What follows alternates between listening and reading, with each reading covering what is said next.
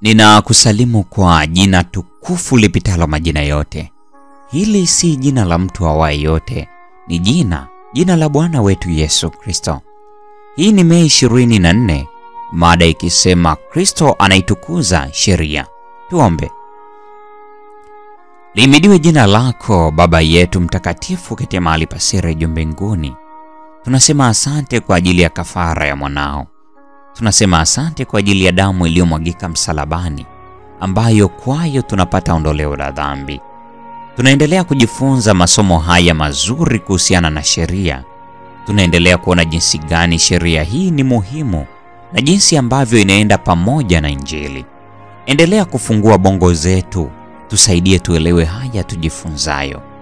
Tusamehe uovu wetu, tusafishe na ututakase.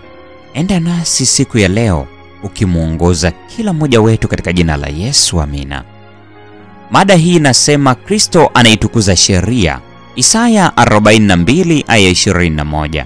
Neno Bwana linasema, Bwana akapendezwa kwa ajili ya haki yake kuitukuza sheria na kuiadhimisha. Kama sheria ingeeleweka mbali na Kristo, ingekuwa na nguvu ya kuteketeza kwa watu wa dhambi na kumfutilia mbali mwenye dhambi. Lakini kwa kuelewa sheria kuhusiana na Yesu, akimpokea yeye kwa imani kama mbadala wake na mdhamini wake, mwanadamu anajiona kuwa mfungwa mwenye tumaini. Ukweli kama ulivyo ndani ya Yesu ni kuijua na kuifanyia kazi sheria ya Mungu iliyo takatifu, ya haki na njema. Kadiri sheria hii inapoinuliwa na kuoneshwa kuto kubadilika kwake katika Kristo, aliitukuza sheria, akafafanua kila kanuni yake, na katika kuitii kwake alimwachia mwanadamu mfano ili kwamba yeye pia atimize matakwa ya sheria.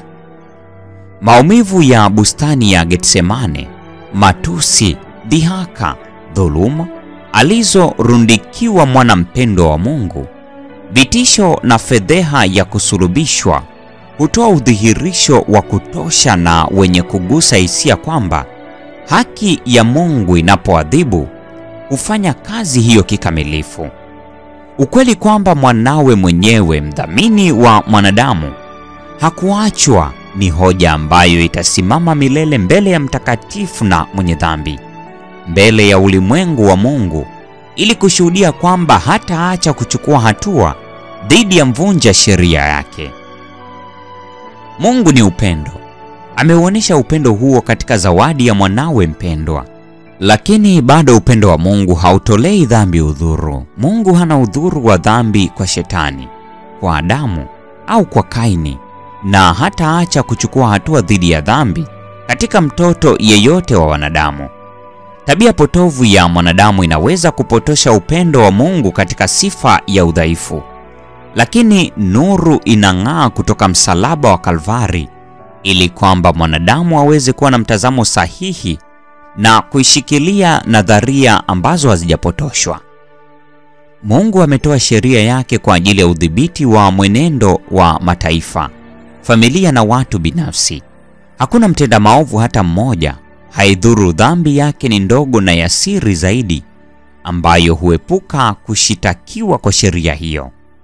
Kazi yote ya baba wa uongo imeandikwa katika vitabu vya amri vya mbinguni, na wale wanaojitoa wenyewe kwa ajili ya utumishi wa Shetani ili kuwatolea watu uongo wake kwa amri na matendo, watapokea kulingana na matendo yao.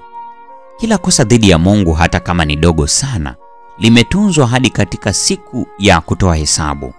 Na upanga wa haki utakapotwaliwa mkononi, utafanya kazi iliyofanywa kwa Mungu mwenye kuteseka.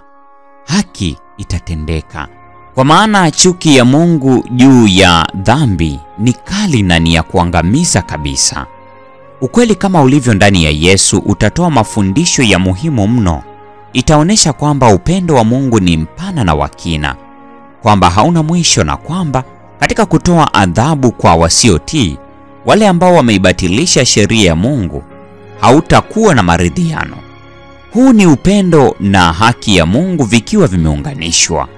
Unafika kwenye kina kirefu cha huzuni na udhalilishaji wa mwanadamu, ili kuwainua walioanguka na kukandamizwa, ambao wameushikilia ukweli kwa toba na kwa imani katika Yesu. The Review and Herald, Februari 8 mwaka 1898.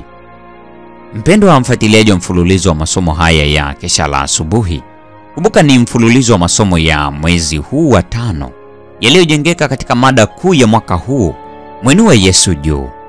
Na leo tumejifunza Kristo anaitukuza sheria. Na huo ndio mwisho wa tafakari ya mada hii siku ya leo. Neema ya Bwana wetu Yesu Kristo idumu kuwa pamoja nasi sasa na hata milele. Amina.